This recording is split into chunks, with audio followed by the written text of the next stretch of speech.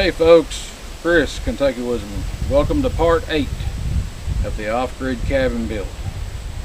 I've had a lot of folks been asking me, hey Chris, what's happened to the off-grid cabin? Have you quit on it? And the answer to that is no, I've not quit on it. I'm still working on it. I will be honest, I've not done much at all in the last several months, probably 2 to 3 months. Have done a little bit, but not a lot. I've taken the summer off. It's been an extremely hot and wet summer, almost tropical conditions here in eastern Kentucky. So I've spent a lot of time on the water, fishing, kayaking, just basically enjoying the outdoors.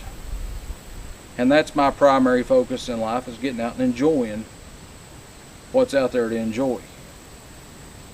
The off-grid cabin is coming along. I made a little progress over the summer. I have collected a few things that I think a lot of you will find interesting.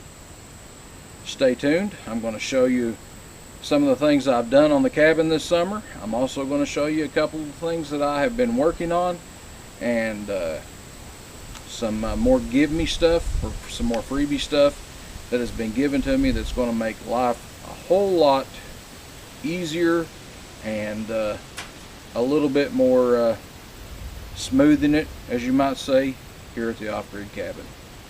Stay tuned. We're going to have a lot of fun. Okay folks, one of the things that I have done over the summer is I actually took the time to stud up the gable ends of my roof, and I actually framed in a window for the upstairs. And you can take a look. You can see that.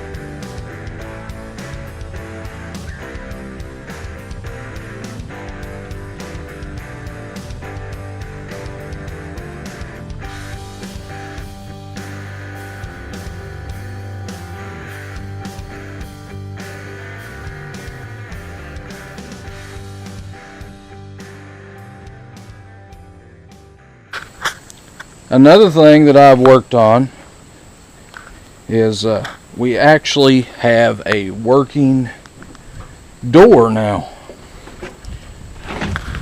As you can see, we go through the door, although we don't have any exterior walls. I do have some more siding to go on the cabin.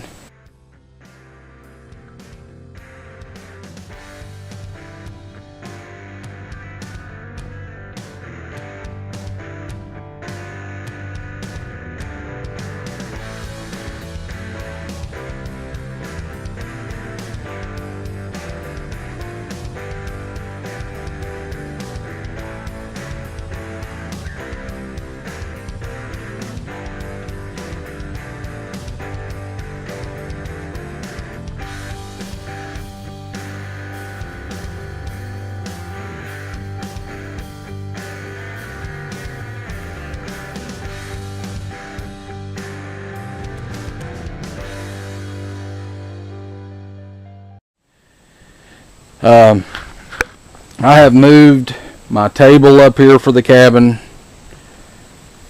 Not done a whole lot this past summer, but I have done a little. Let me show you one of the things that I have actually had given to me this past summer. I'm going to use it, well, just let me show you. Okay, here's one of the items that I had given to me. It is a tote. I'm actually going to use it to collect rainwater that comes off of the roof. It will not be water that I will be able to drink, but it will be water that I'll be able to use to wash dishes and wash my hands and just do general camp cleanup. This is a very valuable piece of equipment, or a very valuable item that was given to me actually from my job. And what my intentions are, there's a lizard.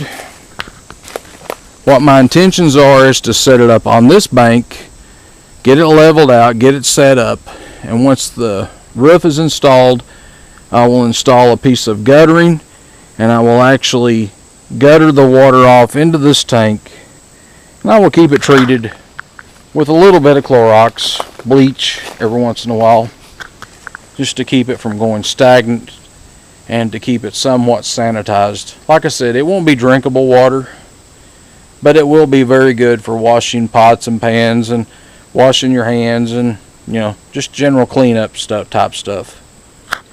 This is one of the items that I have had gifted to me, and I want to show you one of the items that I have been working on for heating the off-grid cabin this summer. I've got quite a bit of time invested in this little project. Check it out. I think you'll enjoy it. Okay, folks. Here's another project I've been working on for the off-grid cabin. This is going to be my heat source.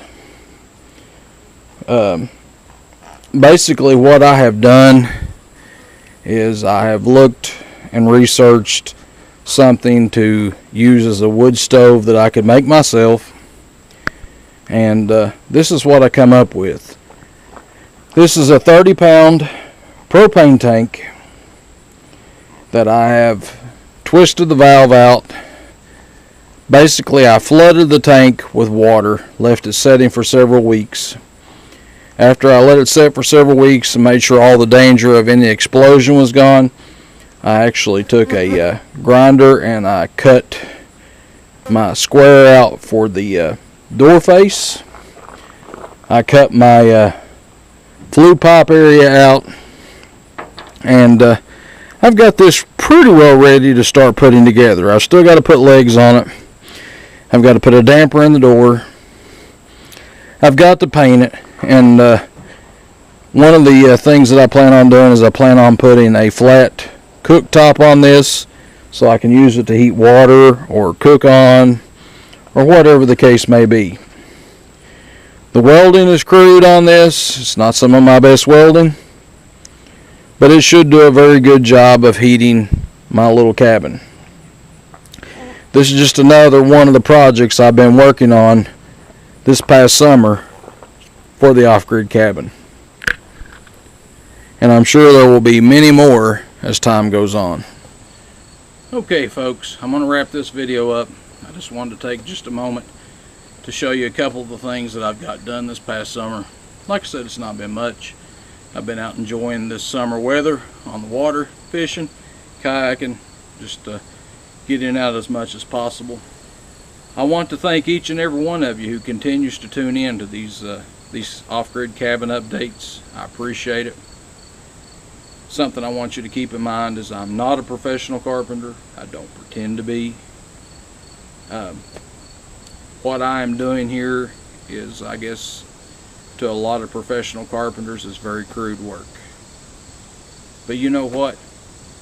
As long as the end product is a cabin that is finished in some place that I can come up here and stay and enjoy some time in the woods and enjoy some time with my family, that's really all that matters.